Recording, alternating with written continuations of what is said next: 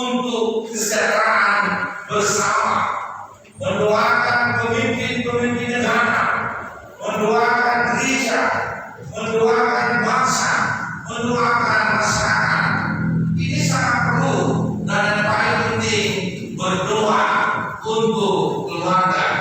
Nah, minggu kali ini jemaat Tuhan yang terkasih, di dalam 3 hari ini kita diajarkan untuk berdoa terus untuk menyambut Tuhan yang telah bangkit itu, dan hari Kamis kenaikan Tuhan Yesus ke surga, yaitu tempat di mana orang percaya mati bersama dengan Tuhan Yesus di surga. Amin. Nah, hari ini yang menentu bagaimana ketulusan hati kita, yaitu dalam berkomunikasi dengan Allah, yaitu nafas kehidupan orang Kristen adalah doa. Tanpa doa orang Kristen mati. Itulah komunikasi kita kepada Allah dalam doa kita.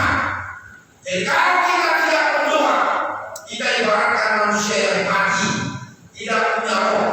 Jadi berdoalah secara roh, supaya doa-doa itu yang keluar dan tulus dari hati kita didengarkan oleh Tuhan. Ya, jangan berdoa di hafal-hafal. Nanti setelah dihafal-hafal tiba-tiba nggak ingat. Nah, di sampingnya berdoa begini, berdoa begini. Apa tadi? Apa tadi? Yang begini katanya. Wah, itulah doa yang hafal. Udah hilang ingatannya. Nah, untuk apa berdoa? Ya, harus dicatat-catat supaya enak didengar. Hati mula berdoa kepada Tuhan. Kalau perlu kita catat. Kemudian berdoalah untuk keluarga. Ya, utamakan keluarga kita dulu, kita doakan. Pekerjaan kita, kesehatan, dan mau pengampunan dosa. Karena doa itu punya kuasa. Nah, tapi banyak orang Kristen ini tidak berdoa. Kalau disuruh berdoa, ketakutan. Nah, pernah saya dulu pertanyaan atau kebaktian rumah tangga.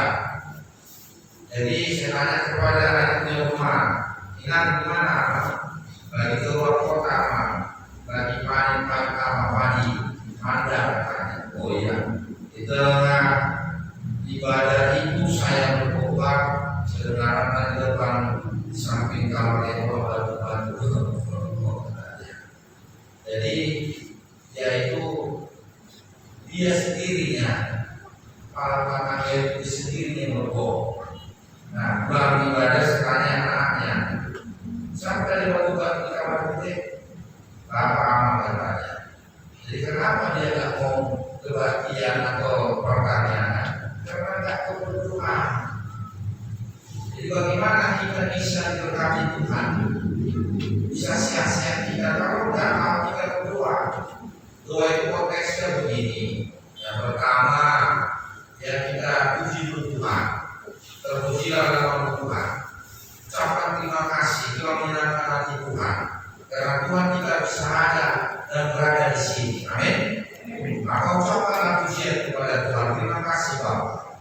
Kemudian minta berkat dari Tuhan supaya Dia menjaga memelihara hidup kita, memberkati kita semua. Dan kemudian supaya kita pengampunan dosa, saling mengampuni dalam doa itu. Karena jika kita tidak mengampuni orang lain, doa kita tidak diterima. Jangan kau datang kepadamu dan jangan kau bersembahyang di rumahmu. Pulanglah dulu, berdoa dalam sungguh, saling memaafkan, baru datang kau ke rumahmu, bawa persembahan kepadamu. Jadi kalau ditanyakan, kenapa doa kami tidak dijawab? Tuhan aman, Tuhan jawab doa kita. Tapi kita yang tidak tulus berdoa, masih ada musuh kita yang tidak kita maafkan. Jadi doa itu tidak didengar. Nah, jadi tulus hati kita berdamai dengan sesama, saling memaafkan, maka doa mendengar. Sakitnya itu keluar tahun itu akan disembuhkan.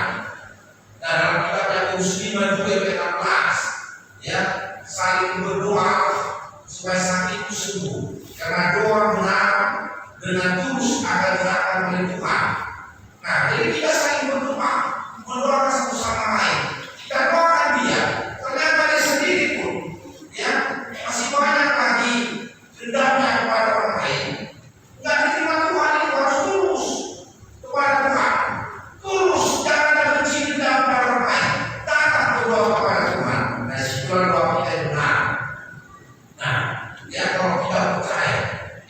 dikatakan dalam Markus 11 ayat 24 itu. Coba dibuka dulu. Supaya kalau kita percaya, maka apa yang kita minta dalam doa kita, baik kita minta supaya tambah pangkat di pekerjaan, diberikan Tuhan. Baik kita minta supaya sukses di perkuliahan, diberikan Tuhan. Coba buka dulu Markus 11 ayat 24 Elizabeth. Nah, mari baca bersama 1, 2, 3 ya. Karena itu apa saja yang meminta dan doa, percayalah, maka itu percayalah, maka itu akan diberikan kepadamu. Kalau kata minta Tuhan, banyak kali dalam beberapa aspal tolong Tuhan, ya wadi dan doakan. Ingat itu aspal di wajah itu. Jadi tak mikir lagi perempuan dan gadis. Nah, begitu. Jadi doa yang merasa percayalah, maka itu akan diberikan kepadamu. Tuhan, dalam harapan Tuhan kami yang berteman ini, tolong satukan kami Tuhan dalam fokus-Mu. Percayalah kau akan bersatu kembali. Tapi jangan ada emosional, aparat, saling benarkan diri sendiri, jangan. Pertama, rendahkan hatimu dalam doamu.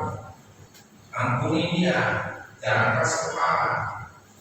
Apalagi laki-laki keras kepalanya sering muncul itu. Nah, gak mau mengerti dengan laki. Yang buat perempuan itu senangkan dulu dia, sia-sia hatinya. Dan begitu